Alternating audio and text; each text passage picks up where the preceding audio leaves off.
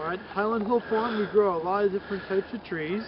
And the trees that we grow, we always have to do maintenance on so that they're nice looking ornamental trees. And right beside me here, this is a Cleveland pear. We planted this in the spring. Now this is January. We're going through and pruning them in January because that's when we have time to do it. In the springtime when we planted them, they were 4 to 5 feet tall. So this one might be a little bit large. This is about where it was started at in the springtime, and it grew out. It was a single whip tree with no branches on it. I did one prune during the year, and that was to cut these lower guys so that they weren't going to grow too much. Like you see this guy here, and that guy here was trimmed. That's just to stunt that growth.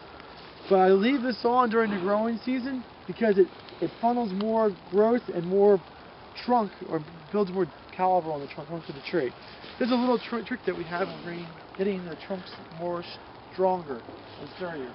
So the first thing we do in our winter prune, we're going to go through and we're going to prune off all the lower branches off the tree that we don't want on the final version of the tree when it gets ready to sell.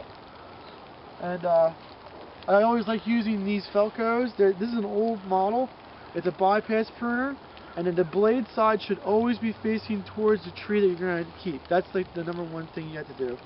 And then when you prune, you want to prune right up next to the trunk, but not actually gouging into the trunk of the tree itself. We want to get just the branch, not doing the damage on the trunk of the tree. So that's important when you're pruning.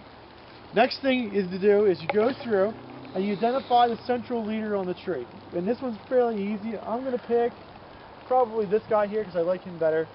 So what we're going to do is we're going to subordinate the other lead and trim it so that the tree becomes denser next year. And after we do that, we just go through and we prune off all the branches to the side so that they don't become competitor leaders to the tree. This is a close-up of the pruning shear that I like, and this is a Felco 2, and I like it because it has a real nice blade to it that I can use and I'm comfortable with. I've used it a lot, I'm comfortable with it. So whenever I prune, I always like to try to keep this blade towards the side that I want to keep. I always envision that this blade is doing the cutting, and this part of the anvil, I guess it's called, is receiving the branch, and when it does its action, I always can see on this side how the branch cracks, but on this side it's nice and clean. I always want to keep that cracking on the part that we're going to discard. That way that crack doesn't go into the trunk of the tree. Same thing with this. Keep the blade towards it so that the cracking right there is on this part that we're discarding, and there's a smooth surface here that's going to stay onto the tree. That's how I like to do it. I believe that most other individuals like it that way, but there's always those that have their altering opinions. Alright, well here's our next one. Again, I like to start by bringing or getting rid of the branches on the bottom that I don't like. So I'm probably going to get this one rid of too. We'll have the branching start somewhere around through here. Then we're going to knock off some of these guys. And there's a whole bunch of little things that I like to do that I think actually help the tree a little bit.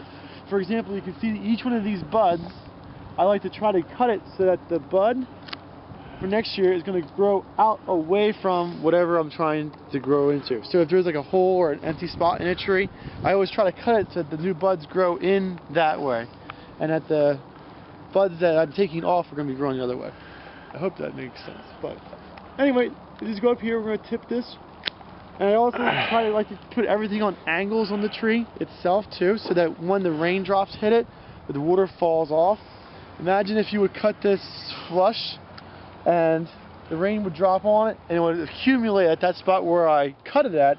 I believe that's a spot where bacteria and fungus can accumulate in that water droplet and be an entry point for attacking into the tree. So I always like trying to cut it on the angle. Even though it makes a larger cut wound, I think it dries out faster, and having a dry wound is better than having a small wound that's always wet. This video was produced at Highland Hill Farm by Michael Hurst.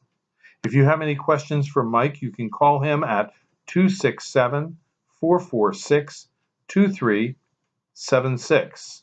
And please subscribe to our videos below.